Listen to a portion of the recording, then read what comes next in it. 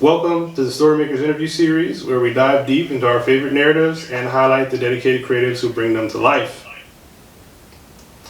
This series and our other platforms and channels are part of a larger mission to create an intuitive web space for storytellers from all backgrounds.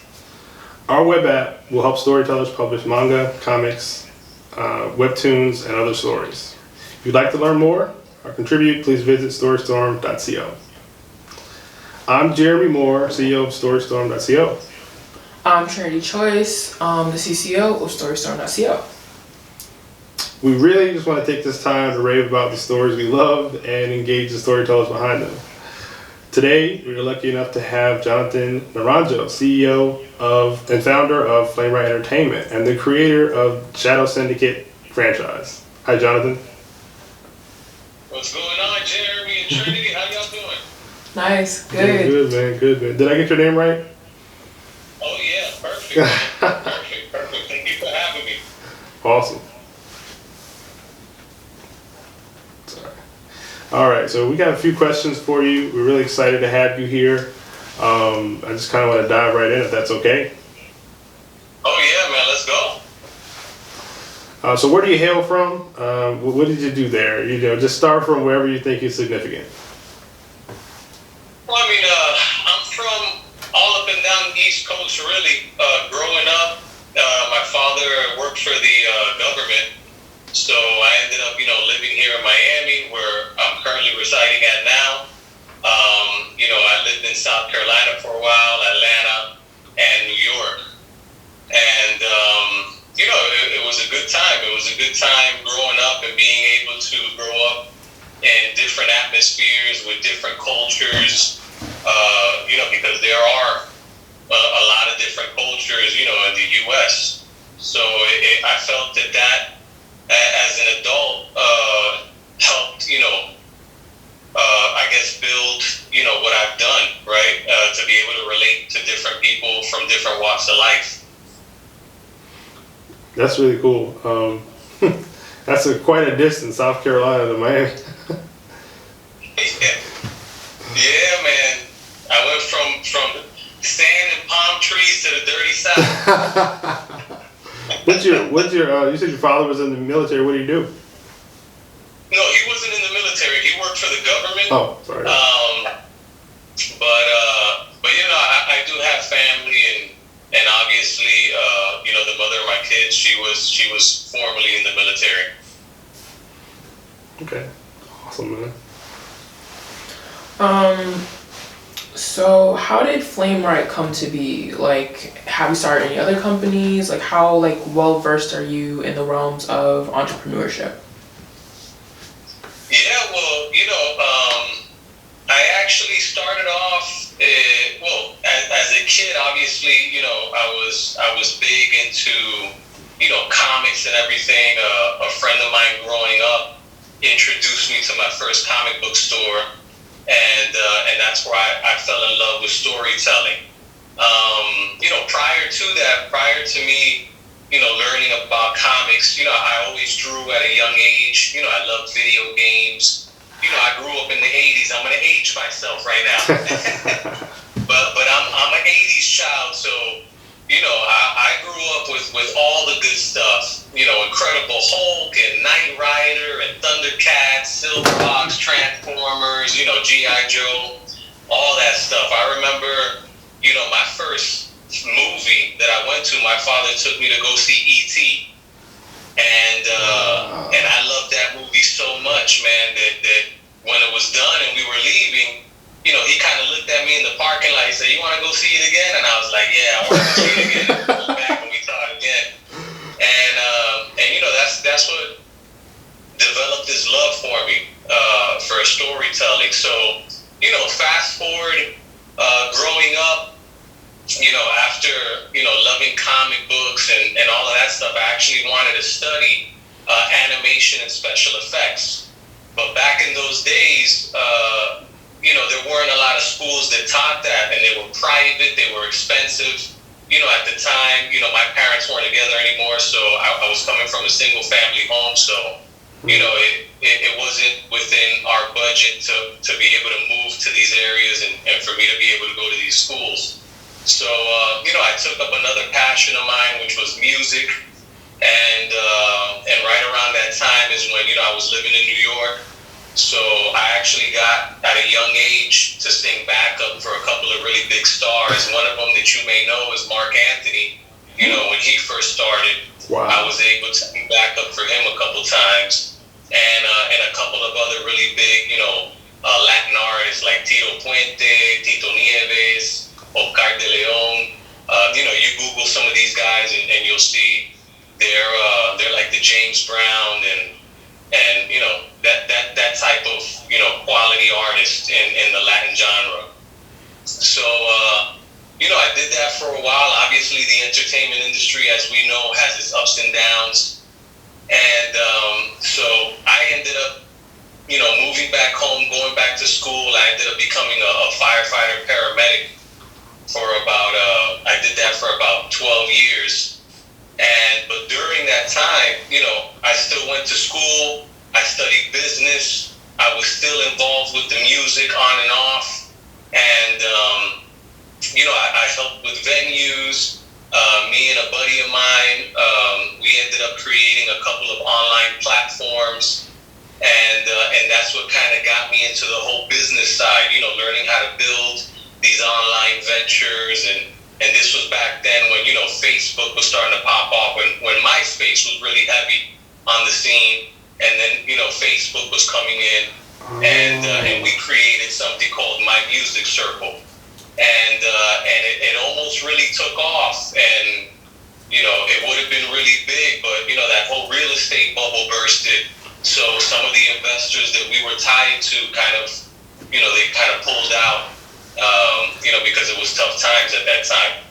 So, moving further along, I did a couple of different ventures, both in entertainment and fitness, and then it wasn't until, unfortunately, my kid's mother passed away.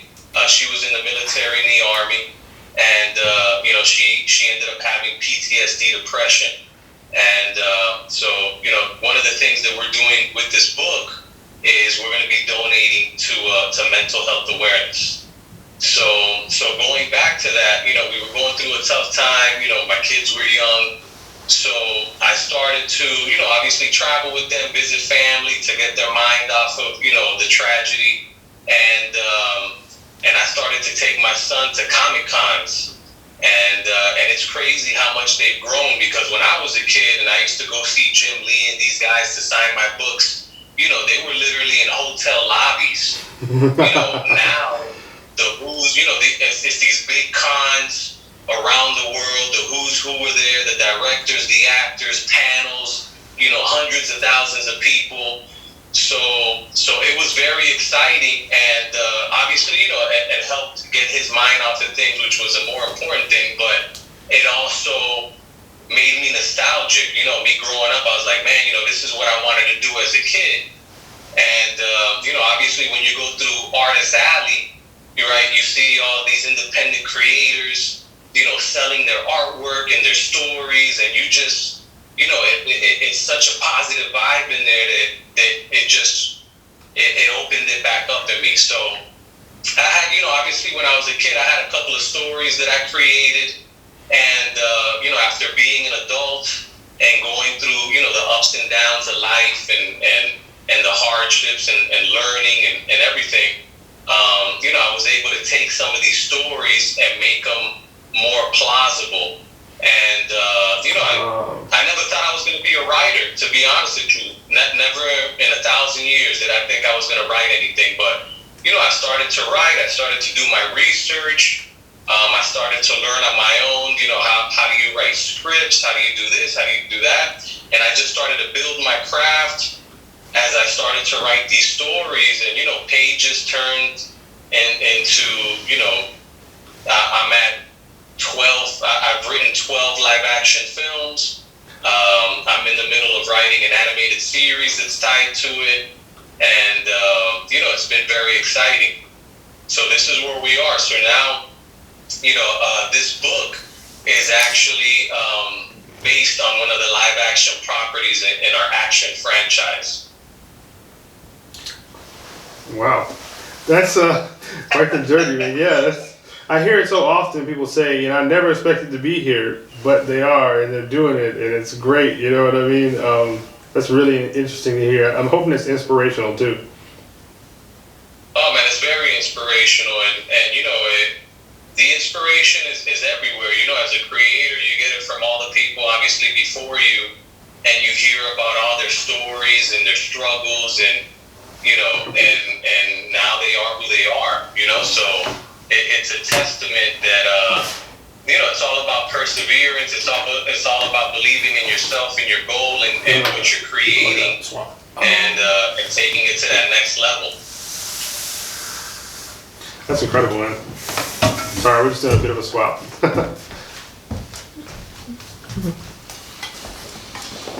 So you spoke about cons and conventions.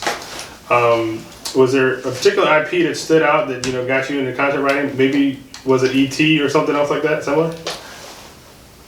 Well, I mean, I was inspired by so many of these creators. Growing up. I mean, in my era, we're talking about Jim Lee and Todd McFarlane and Mark Silvestri, Rob Liefeld. Who else? Dale Keown, Will Portacio, Eric Larson, J. Scott Campbell, Brett Booth. These are the guys that really made comic books. They took it to the next level. Really made them very exciting. And being an artist, when I saw their work, I was just blown away, and I would literally spend hours and days, drawing everything, the panels that they would draw. I mean, down to the last, Wow.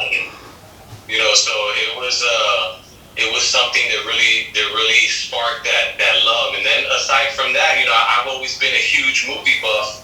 So, growing up, even before comics, we're talking about George Lucas and Star Wars. I mean, the biggest franchise ever. James Cameron. He's one of the directors that I love. I mean, my all-time favorite movie is Terminator 2. Oh. And then obviously, Stan Lee. I mean, the creator of all of this IP that, once I started growing up and learning more about the behind the scenes, you learn about Stan Lee and Ditko and everybody else that started all of this. So, yeah, man. Wow. You got quite a history. Yeah, that's so it's just so interesting that it's such an interesting life. It's so interesting to hear from the time that you were a kid and just going to movies with your dad. It's that Hollywood story, it's he saw it and it's this is what I gotta do. So that's just really cool, and how over the years you've just continued to do that, and just even the trials and tribulations of life, you've just kind of dedicated yourself to these things. That's really cool. Thank you so much. I mean, it's not easy. It's not easy, and all these stories that we hear and these life experiences that we hear from all these different creators. I mean, it's I feel a lot of it. Going through all of this stuff, and anybody that wants to really do this, it's all about perseverance. You got to believe in what you have and keep pushing forward, and you have to have really thick skin because it's been tough. It's not easy at all. But it's all about the love of the craft, and that's something that I learned along the way. Everybody's always trying to get to that goal, but as you create and as you build, it's not about really getting there. It's about your journey, right? And all the beautiful things along the way. So it's very true what they say about that. It's not about getting to that goal. It's about that journey and everything that you learn on the way that builds you as an individual and as a creator, as a creative. That's really cool, man. No, yeah, when you think about the great people in like life who've achieved, like that's like kind of like what they say, like that's the philosophy they have. Like it's really not about like what you're doing necessarily. It's like about like what you're doing like to get there, like the process, like not necessarily like the glory and the fame and all that, but like every day, like the little things that people don't see. So you definitely got the right mindset. It's a love for it, and it's like what they say too. It, you know, overnight success takes about 10 years. So you see all these big stars and stuff like that, and trust me when I tell you, it took all of them about 10 to 15 years to get to where they're at. Mm-hmm. You know, and now they're reaping the benefit. You know, so yeah. So that's what it's all about. So, apologize if I butchered the name here. So Shadow Syndicate Chase and File. Did I have that right? Yeah. That's the first issue of the comic that you talked about earlier. Right. Could you give us like an overview, synopsis of it?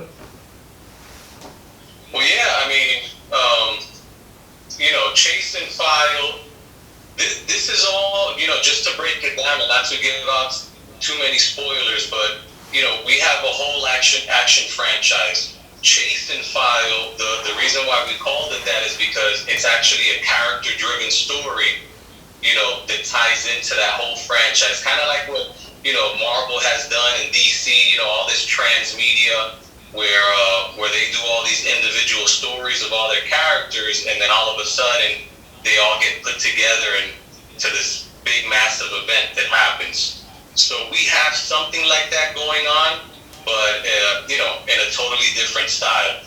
So you know, Shadow Syndicate is the brand. Chase and File is obviously based on Chasen, Colonel Chasen, and it's pretty much, you know, he's part of this Black Ops team, and you know, him and his team, they're sent out to go ahead and stop these guys that they think, you know, based on what the information that their superiors gave them, you know, they're trying to stop these insurgents that have these weapons of mass destruction. But when they get there and they're starting to stop all of this, they realize that it's not really the kind of weapons of mass destruction that they had in mind at all. And you know, not to give too much away from the story, but you know, things happen and things elevate, and now they have to figure out, you know, how they're gonna get out of all this. So that's pretty much in a nutshell, without giving away too much, is what's going on. Yeah, man, I don't want you to play spoiler. But yeah, from what I've heard, it sounds very interesting. Just want to say that, yeah. Well, I mean, I sent you guys the script, so I hope you guys enjoyed that. No, it was really good. It was really good. It was like really detailed and like really processed, and you could really like see like where you're coming from, like, and why you've made like decisions you made. So I felt I was there for a moment. I was there. My head was there, so it was immersive. That's the whole idea. But you know, just to give away a little bit more, so I'm not too vague. You know, this particular book or the Chase and File is obviously, or not obviously, but it takes place in the 90s, right? During the Gulf War. So they're actually in the Middle East. This is where they get sent to. And once they get there and they're trying to stop these insurgents, you know, from harboring these weapons of mass destruction, they come across this ancient, you know, necropolis, like these ancient ruins that nobody's ever found before, and this is where, you know, everything takes place, and where they find what they believe to be a weapons of mass destruction, but really ends up being something, you know, totally different, way out of their league. no, very cool. So like your main character, like Colonel Chasen, is he like modeled after anyone? Like where did that name come from? That's such an interesting name, Chasen. I don't think I've ever like met a Chasen before in life. Yeah. You know what I'm saying? So like can you just like explain that process? I'm glad you guys are asking these questions, because usually when you see a film or you read a book, they usually always use kind of like the same names over and over. So I wanted to use something that was strong, something that had presence, but something that's never been used before. And I mean, I'd be lying to you if I could remember where I got the name from. But it was just me, doing different research and coming up with different things in my whole process. And this is the name that stuck. So, I thought it was really great. And to answer another question, one of the guys that I've always seen play this role is Michael Jai White. And, he's just such a strong character. He reminds me of those 80s and 90s, action movie heroes, which, he's done a lot of films, that way. Mm-hmm. And, he's just a built dude. He's a badass. So. Pretty good inspiration. No, yeah. I mean, he's like 50-something years old and he still looks what he does. So it's just insane. I've seen. Yeah, I mean, even if we were to get him for this role, I mean, I really don't care. Like, if I gotta put some motion capture on him and make him a little younger, like what they did with Will Smith, man, I'm down. Shave a couple of years off, but he still looks great for his age. No, he really does. Like, he really does. Like, I mean, he looks great for 50. So if he ever listens to this, like, he looked great for 50, Michael. I've seen. 50's not old, but but not. He definitely, he's a built dude. Have you ever seen the Vlad interviews with Michael Jai White? I have. I've seen a lot of his interviews. Okay, you probably have. Awesome. Yeah, it was surprising to me to kind of discover that among some people with some reputations, Michael Jai White is like legit in the combat realm as well as the entertainment realm. So he's kind of respected in both realms. Yeah. Yeah. Oh yeah, definitely. So I won't name the more characters in the series and the Emperor's spoiling, but is Carl Chasen your favorite character to write and kind of reveal his story? He's the main character, and he's tied into a lot of the other films in the series.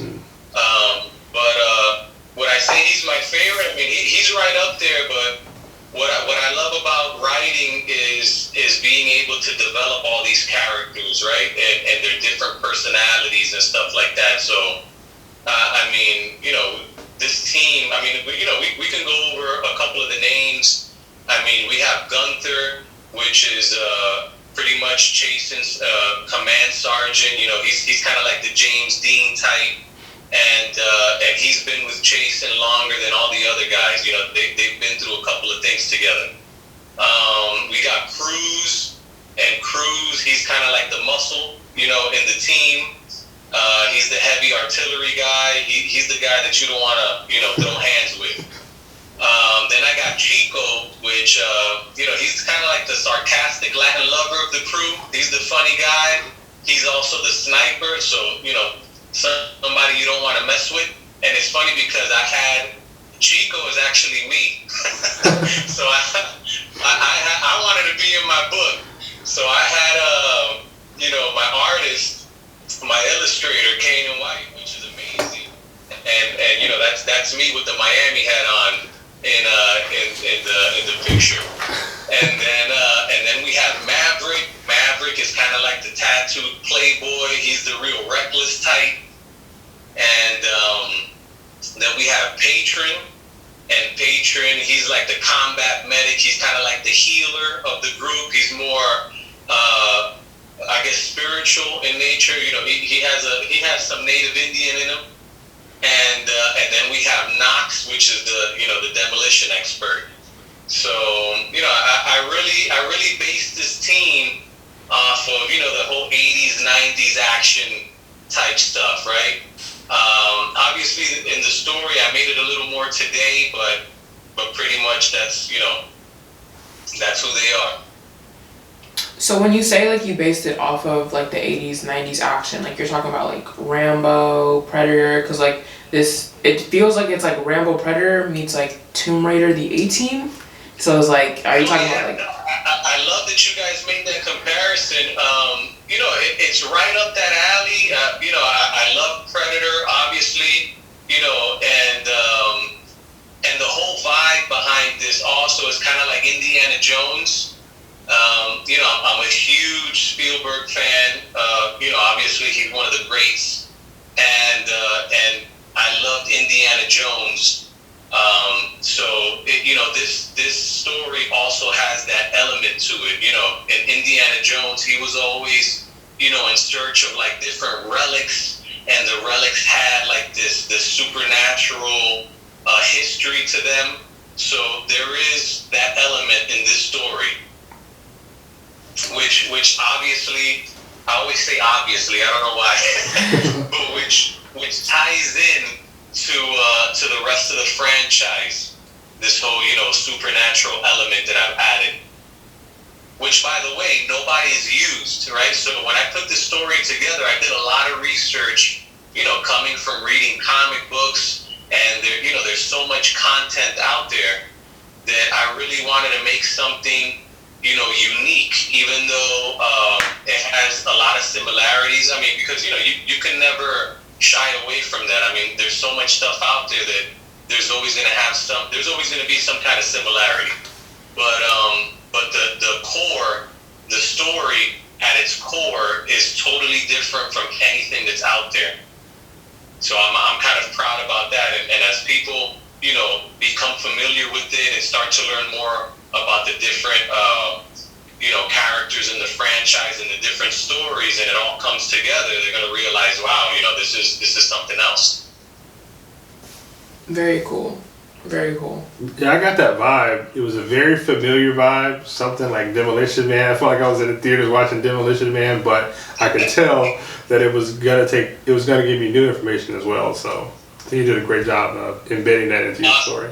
Thank you so much, man. I appreciate that. Do you have anything before we break? No. Like, you've been absolutely wonderful thus far. Yeah, we're just gonna take a quick break. Alrighty. Thanks so much for your patience. We just have a few more questions, as you saw in the script. That's the way. Let's get them all. Let's get them all. Okay. So these next few questions may or may not contain spoilers. Obviously, reveal as much as you want or little as you want, or we can skip the question altogether if we want to. Okay. Okay, let me know. So there's a quote in the work that says, I'd rather die than live with the devil inside me. I found it interesting. It was one of those things that just, stood out to me, really. Could you talk a little bit about it, maybe where it came from? What's the significance of it? Well, yeah, definitely. So, once they start uncovering, what's going on at this ancient ruin, they obviously, uncover, something that they weren't supposed to. And when that gets uncovered, something lashes out, and that something is what causes everything in the story to really escalate. And so this individual happened to get exposed to that, and again, this goes back to the whole supernatural aspect of everything in the story. And that individual gets caught in the crossfire and gets exposed to that, and ends up dying in the story. So I don't want to give away too much, because then it'll spoil it big time. But that all has to do with what they uncover, what they unleash. Okay. Another question, again, might be a potential spoiler.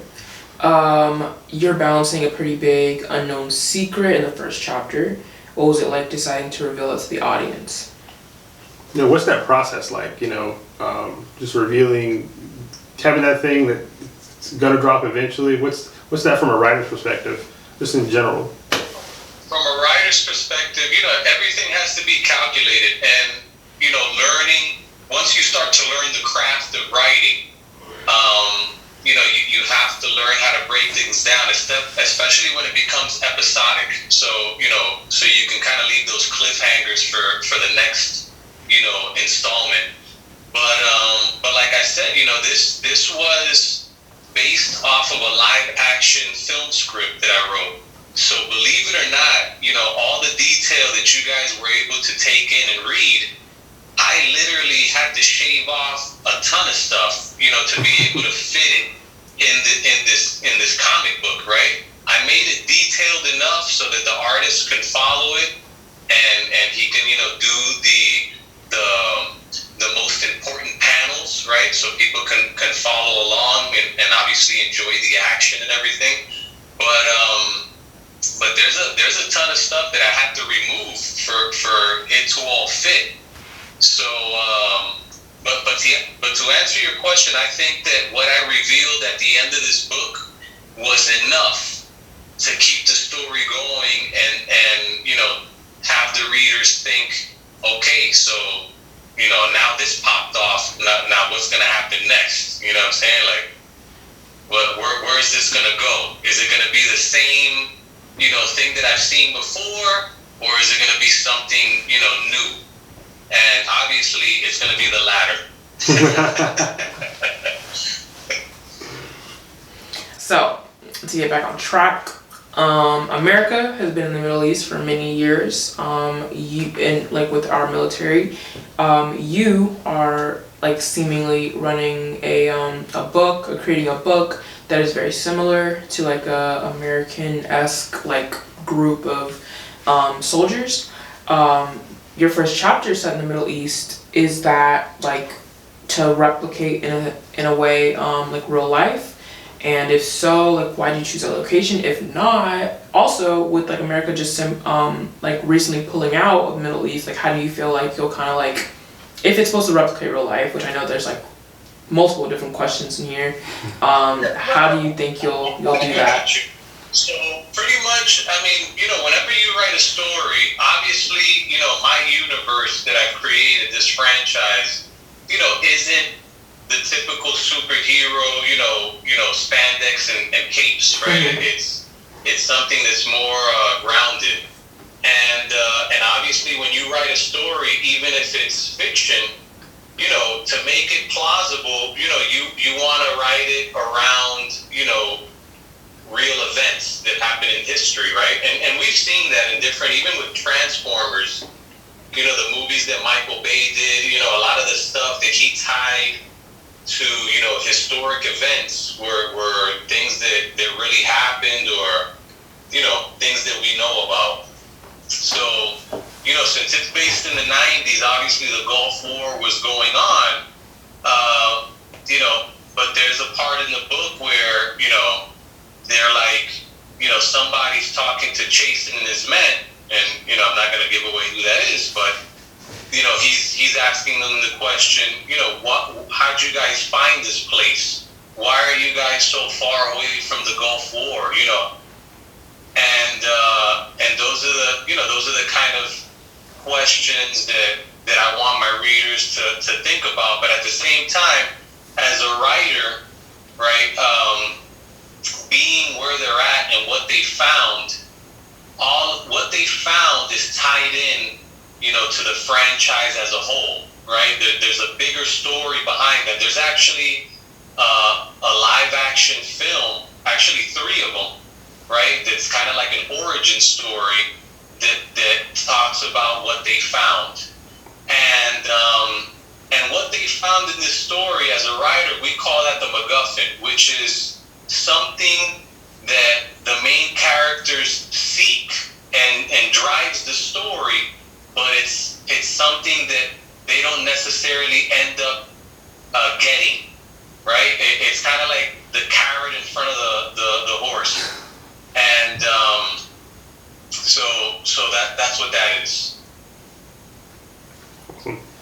And speaking again from a storyteller's perspective, I don't want to say get graphic, but you get vivid with your descriptions, certainly, and fans will see when they consume the work. As a storyteller, how do you navigate, being on to the graphic side as opposed to, things that are more light? How are you navigating that? How do you feel that? What approach do you take to that? Well, since I grew up as an illustrator, as a graphic artist, right? Everything to me is graphic, and since I'm a big movie buff, I love attention to detail, right? Like they say, the devil is in the detail. So to me, as a writer, I like to make things very detailed, where when you read it, you can literally picture yourself in the middle of it, right? A lot of script writers, to be honest, aren't that way, right? A lot of script writers write things very generalized, and they let the director get detailed with it, and the director is the one that creates, right, that whole image that we end up seeing on the big screen. A lot of people don't get to read scripts, right? We read novels and we read graphic novels. So that's why they always say, oh, the novel is better than the movie. It's because they're so descriptive. And I don't know, personally, I've been smacked on the hand a couple of times by some producers and writers that have been doing this for such a long time. Oh, but you don't have to be so descriptive. You have to leave more to the imagination. But at the same time, in my mind, I'm like, what the hell are you talking about? Like, nobody's ever going to read the script. You know what I'm saying? They're just going to see what's on the screen. The person that's going to read the script is the director. And that's something that I'm also, working myself to become as well. So, I write everything as a director, as me directing this film, right? And directing this story, holding the readers by the hand and taking them on this journey, So that's my process. It worked. Definitely worked. It was quite immersive. Very much so. Thank you. It's funny because even the artist, when I was able to hire Kanan, he's been illustrating comic books for a couple of years now. And he even told me, he said, hey man, between me and you, a lot of the writers that I've worked with have been doing this for years, don't write as good as you do. so he was like, you're on to something. And I was like, hey man, coming from you, I appreciate it. And I mean, I gave you a little sneak peek of what his art looks like. And this guy is super talented. And it's crazy because, everything happens for a reason. I linked up with him and I gave him the script.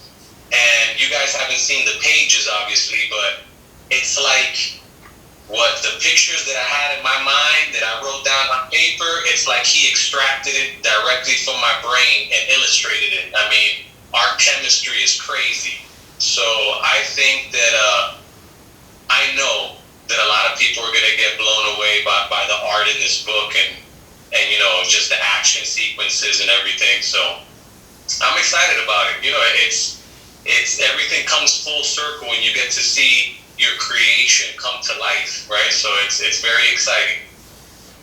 Very cool.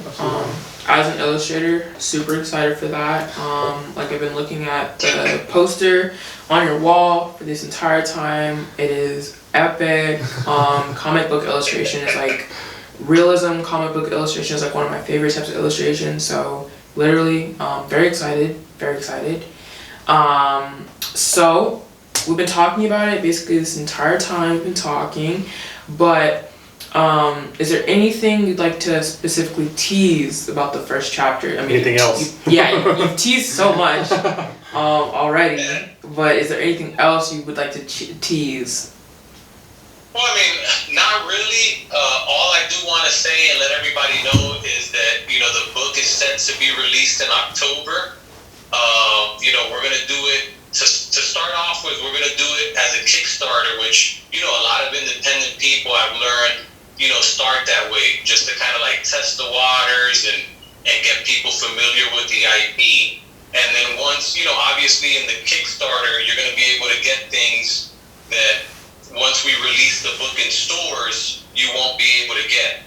So, for collectors out there that love to collect, different things, we're going to have some gems for you through this Kickstarter. And again, we're going to be raising money for a very great cause, mental health awareness, which, military aside, it's something that is very prevalent today, with everything COVID and everything that's going on. It's a big topic, and there's people out there that if we can help, that would be, icing on the cake for me, the cherry on top, so to speak.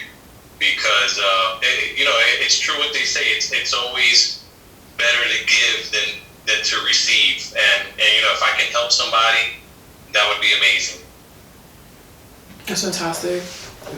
That is really special. I definitely want to touch on that a bit later too. Before that though, do you have any advice for prospective storyteller or creative, one who wants to follow in your footsteps? I mean, my footsteps are very small compared to all these heavyweights that are already out there. But I will say that I have done my homework. I've been through the trenches.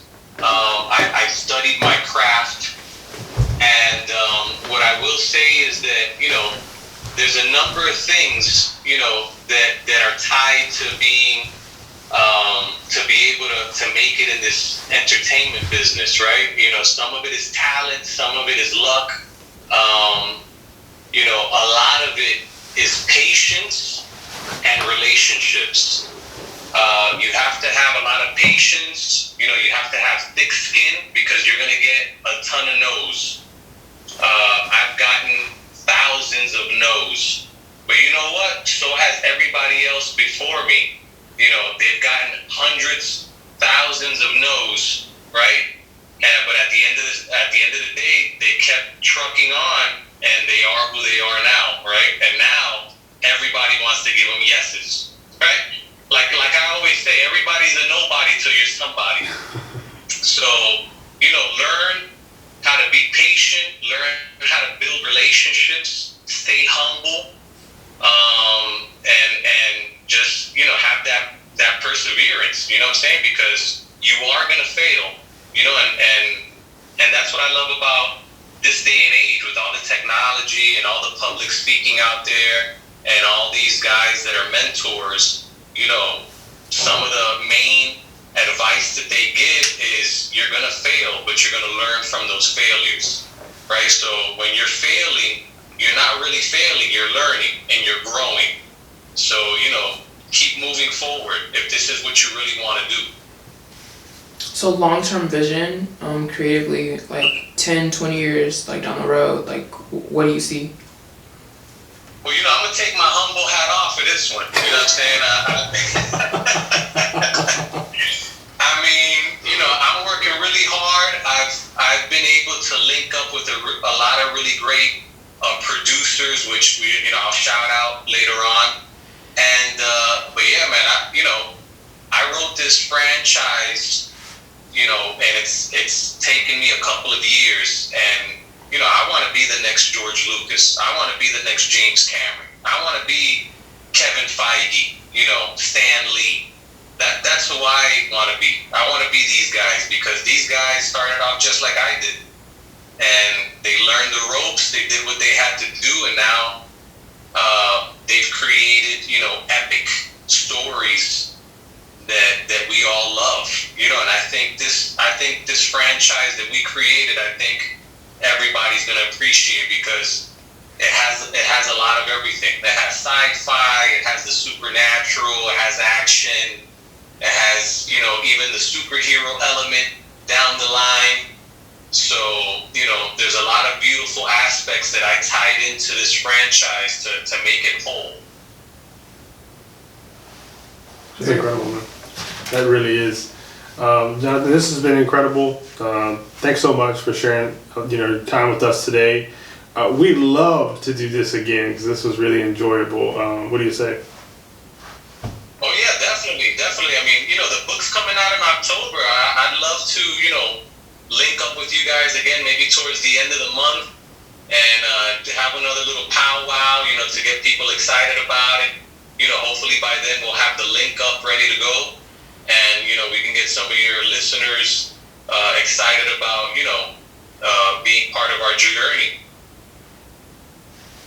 Definitely. So, like, is there anything you'd like to highlight, like your website, social media, any other creators, Patreons? Oh yeah, no, definitely. I mean, obviously, I want to give a shout out, to my kids, Angel and Sophia, for being my inspiration. My producing partner Ed Martin. He's worked on stuff like I Am Legend. Mario Kassar. He's an OG in the film industry. I've been lucky to rub shoulders with this guy. He was an executive producer for the Terminator franchise, Rambo, Total Recall, Universal Soldier, Stargate. I mean, he's worked with the who's who. So I'm hoping that with him and Ed, we're gonna make some big things happen. I also want to give a shout out to 2 comic book creators that have really taken me under their wing, and whenever I have a question or need help with something, they've never turned me away. And this is Jimmy Palmiote. He owns Paper Films. He's a big writer. He's written everything. I can name so many, but he's if you look him up, Jimmy Palmiote, he's awesome. And Tim Seeley. Tim Seeley is another great guy that's really always had my back. And then aside from that, spoiler, I have a really big influencer that he's going to be a character in the book, and later on in the series, there's going to be more on him. But his name is Tony Santaman.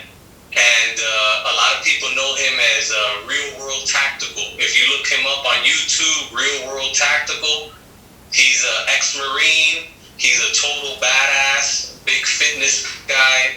So he's going to be, a character in my book. Also, a good friend of mine, pro bodybuilder Victor Martinez. He's helped me, put a lot of the pieces of the puzzle together and introduced me to a couple people. One of them being Michael J. White. And then, to my sponsors, I'm going to be working with Reef Pop. They're the guys that own New York Comic Con and a whole bunch of other different pop culture cons from around the world. They're going to help me, promote the book. We haven't solidified it yet, but we're about to. So I'm just going to shout out Pepsi. They're going to be another big sponsor of ours. And then I have a good friend of mine, Paris Cabezas and the Lou Bermudez. They're part of a company called Intercat Music Group. And they cater to a lot of music influencers in the Latin industry. And then also, another producer friend of mine, Johnny Falcones, he owns an OTT platform called Viva Live TV. He was also Mark Anthony's former manager, back in the day. So, these are all friends of mine that have really helped me along the way, and just wanted to shout them out. Thank you so much. Thank you, closing statements. For those. And by the way, obviously check out flameright.com. That's my site. It tells you a little bit about who we are, what we're doing. Soon we're going to have some really cool merch out, for all of our fans. So be on the lookout for that. And that's about it. Very cool. Yeah. We can do that after. All right. Cool. Johnathan, thank you so much, man. This has been incredible. I can't wait to have you back.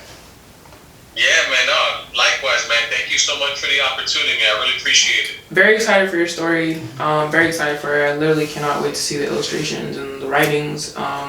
Love that. So thank you so much for your time. This has been absolutely fantastic. Thank you for loving my name. No, Thank you for all that. It's an awesome name. Next time we can talk about, where Flame Right comes from. It's a pretty cool story behind, how I got the name for the company. Very cool. Very cool. Absolutely, man. Do you have anything else for us?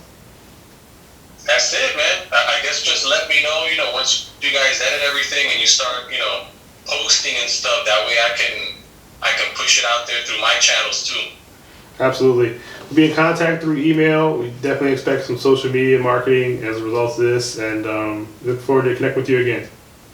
Awesome, man. Thank you so much. Y'all have a good night. Thank you. Alright, You too. Bye-bye. Bye. Thanks again, and thanks to all those listening or watching wherever you are. Be sure to visit storystorm.co/storymakers to listen to the full transcript of this interview and see what else Johnathan and Flameright Entertainment Group has been working on. Also, stay locked in our social media feeds for more from Storymakers series, free digital art, paid contests, storytelling resources, and more. Lastly, this series and our other platforms and channels are part of a larger mission to create an intuitive web space for storytellers from all different backgrounds.